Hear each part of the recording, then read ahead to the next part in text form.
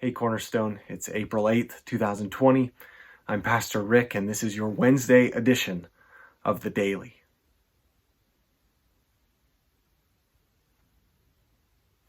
On today's episode, I want to draw our attention to the Good Friday service, and then I also want to share some lyrics from one of the songs that we'll be singing, hopefully to encourage us all to think about sin rightly, even starting today. On Friday, you're going to have the opportunity to worship the Lord by reflecting upon the anguish of Christ's sufferings and also by remembering the high cost of our forgiveness. The Good Friday service in its entirety will last about 40 minutes. It will include reading portions of Matthew's Gospel as well as singing rich, cross-centered songs. Because there's no start time or end time, you will be able to participate in this service in the morning or in the evening or multiple times throughout the day if you would like.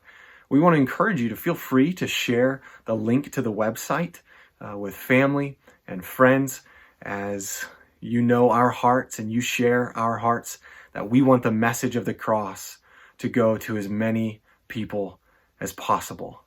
So we hope that you'll be able to join us on Friday for that worship service. Well, one of the songs that we are going to be singing on Friday is called Stricken, Smitten, and Afflicted. It is a haunting song, and verse 3 grips me every time we sing it. I want to share that verse with you. It goes like this. It says, "Ye who think of sin but lightly, nor suppose its evil great, here may view its nature rightly, here its guilt may estimate. Mark the sacrifice appointed, see who bears the awful load. 'Tis the Word, the Lord's anointed, Son of Man and Son of God." Wow. Wow. Friends, could I encourage you to spend some time today either praying about or journaling about or maybe even visiting with a trusted friend about 3 questions that this verse prompts. The first would simply be this: what sin in your life are you thinking lightly about? What sin is acceptable, maybe even respectable for you? Maybe what sin are you just tired of fighting anymore and are letting it have its way in your life? What sin are you thinking lightly about today? The second question would be, what does the cross say about that sin? Both in the sense of its sinfulness and also in the sense of what Christ has done with that sin.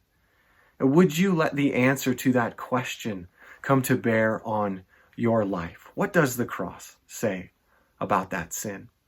And third, what does repentance from this sin look like for you today? Not what does it look like for other people, but for you specifically today. What is turning away from that sin, giving it its right value, and yet treasuring that Christ has paid for it? What does a fruit of repentance look like for you? Friends, I hope that maybe in asking and answering these 3 questions, we would not think of sin but lightly. Instead, we would think of sin rightly, and we would rejoice in the grace that's ours even today. I hope that you have found these questions helpful in your battle against sin, and I hope that you will be sure to join us on Friday for our Good Friday service. Well, this is Pastor Rick signing off from your Wednesday edition of The Daily. Thanks for watching. Have a great day.